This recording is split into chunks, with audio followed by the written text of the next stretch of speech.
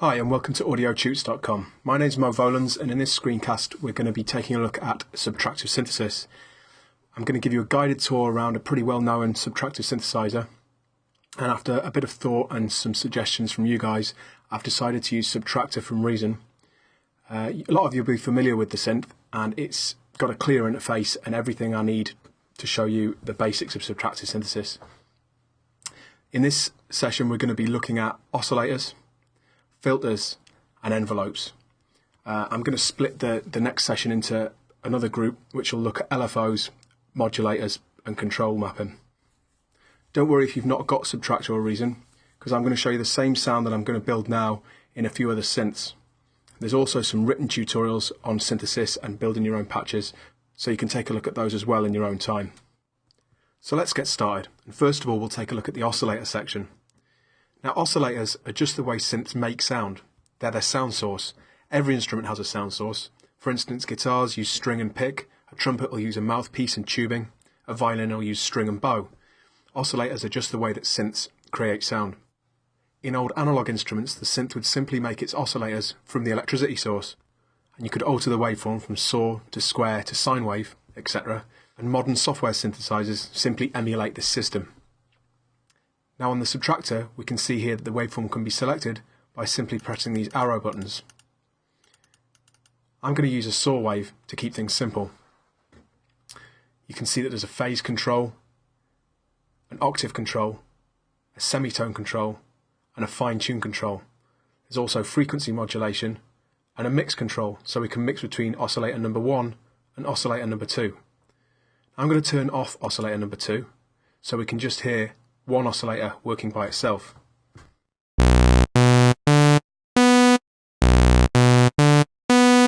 Now, as you can hear, it's pretty basic. It's just using one saw wave. The filter's fully open and our envelopes are all initialized. To make things a little more interesting, let's try adding a second oscillator. Again, I'll use a saw wave and I'll detune it slightly. Now, when we mix this second oscillator in, we should be able to hear a slight chorusing effect. This can give sounds more depth and make them more interesting. In this case, I'm going to try and create a pad sound, so this is going to be ideal. Let's have a listen to what that sounds like.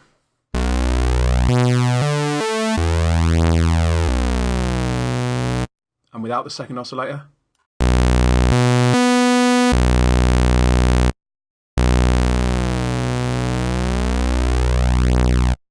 For this tutorial, I'm going to keep things simple and just use the two saw waves.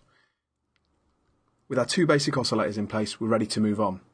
Next, we're going to look at the filter section. A filter on a synth simply takes away harmonic content.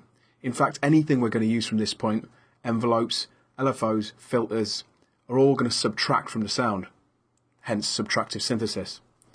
This filter is a multi-mode resonant filter, and as we can see, there's several modes here we can choose from: notch, high pass, band pass, and two different low pass modes. The numbers by the side of the modes simply show you the curve that they're using. The higher the number, the steeper the curve. Low-pass filters filter off the top end, allowing the low to pass through. High-pass filters filter off the low end, allowing the high to pass through.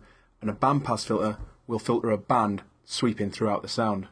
A notch filter uses a small notch and is more like an EQ or phaser effect than a true filter effect, but can be useful in some circumstances. Let's have a listen to each one. This is a low-pass filter.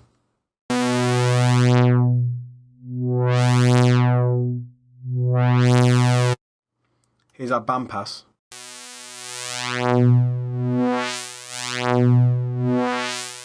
And here's our high pass.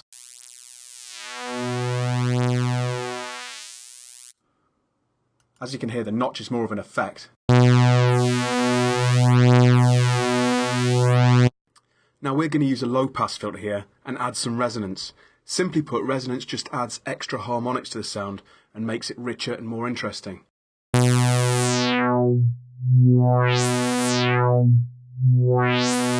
Push it even further and you get that famous acid squeal.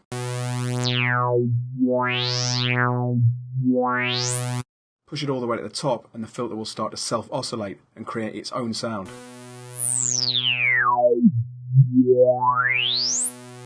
We're going to use about 20–30% resonance.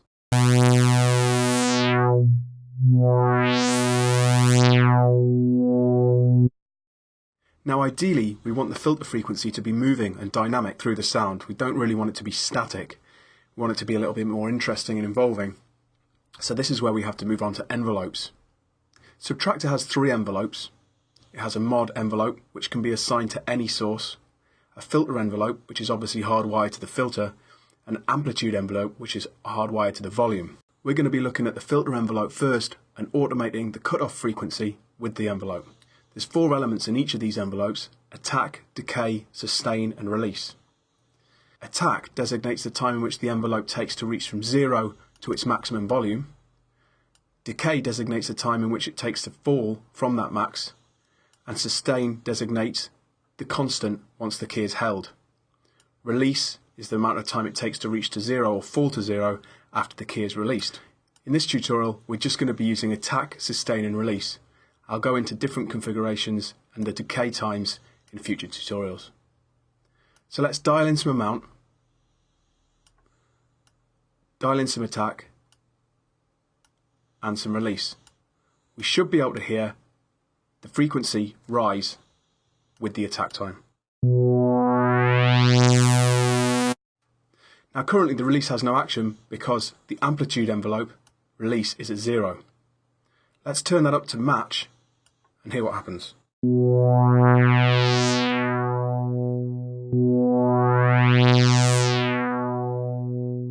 We can also turn the attack of the amplitude envelope up to match the filter envelope.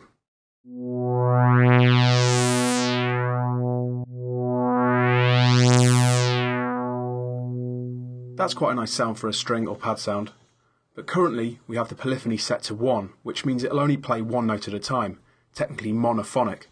So let's turn it up to say 16 in case we want to play some big chords, and see if we can play a few notes at a time.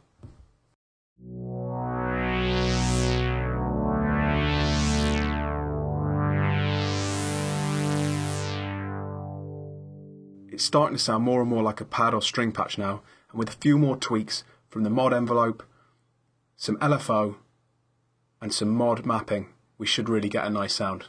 We'll look at those in the next tutorial, and in the meantime you can look at the text and the playback from this tutorial to see this sound created in a couple of other synthesizers.